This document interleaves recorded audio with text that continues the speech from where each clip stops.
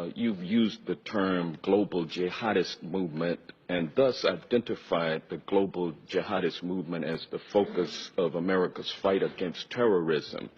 Isn't it a fact that the global jihadist movement is very closely linked to the teachings of Wahhabism?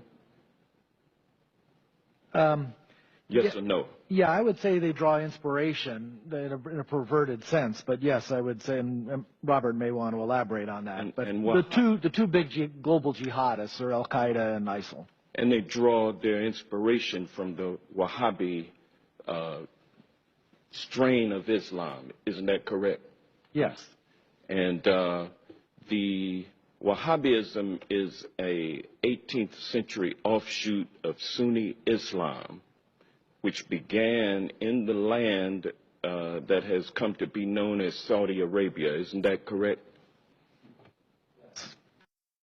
And Wahhabism seeks to purify Islam by getting rid of a number of human behaviors and practices that it considers to be sins against Allah. Correct? Correct. And Wahhabism is a strict, fundamentalist, highly intolerant strain of Islam. Correct? Yeah. Correct? And now, isn't it a fact that the Saudi ruling monarchy derives its legitimacy by reliance on the ideology of Wahhabism? You want to? The Saudis are riding a tiger. The Saudis are riding a tiger. So if you will answer what the I'm question, saying, isn't it a fact? No, I wouldn't put it that way. I would say it's not a fact that they depend solely on Wahhabism for their legitimacy. They derive the legitimacy from a variety of things. One of them is Wahhabism, but it is not the only one. Well, is it fair to say that Wahhabism is the state-sponsored religion of Saudi Arabia?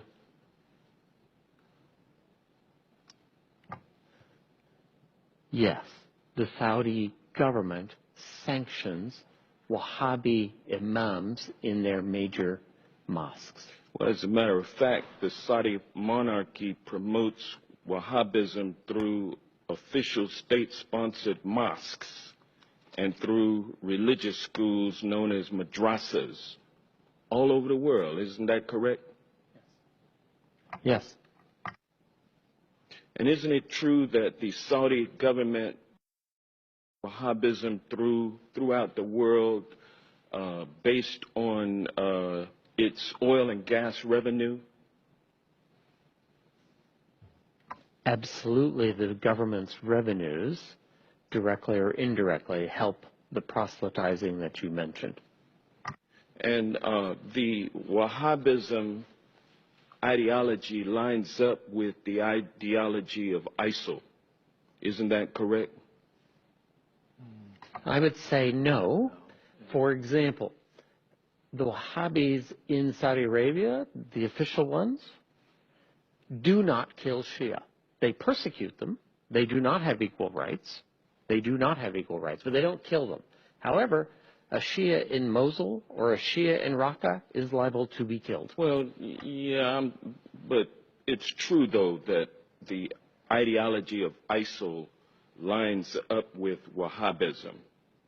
I would say it's a starting point, and then the Islamic State has taken it several steps farther. Yes. And is it fair to say that Saudi support for the teachings of Wahhabism create fertile ground for ISIL recruitment efforts? I think Saudi promotion of Wahhabism is absolutely a problem in terms of Islamic State recruitment.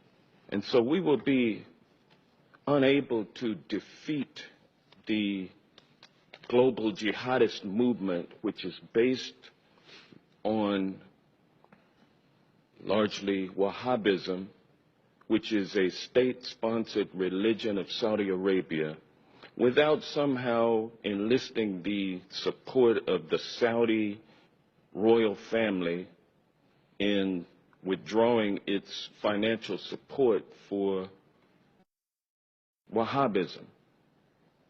Is that a fair assessment? So in the discussion we had earlier about dealing with radicalization in the first place, this is what you're talking about, right? I think Saudi Arabia is a center of where that needs to take place. So there needs to be a discussion with the Saudis about their support for Wahhabism and how it should be treated and how they should think about it. So absolutely right. What was the latest amount of arms that we sold to Saudi Arabia? The latest shipment, I think it was what, $100 million worth of arms? Well, there's support for the campaign in Yemen, but the arms sales that occur periodically are in the billions of dollars. Thank you.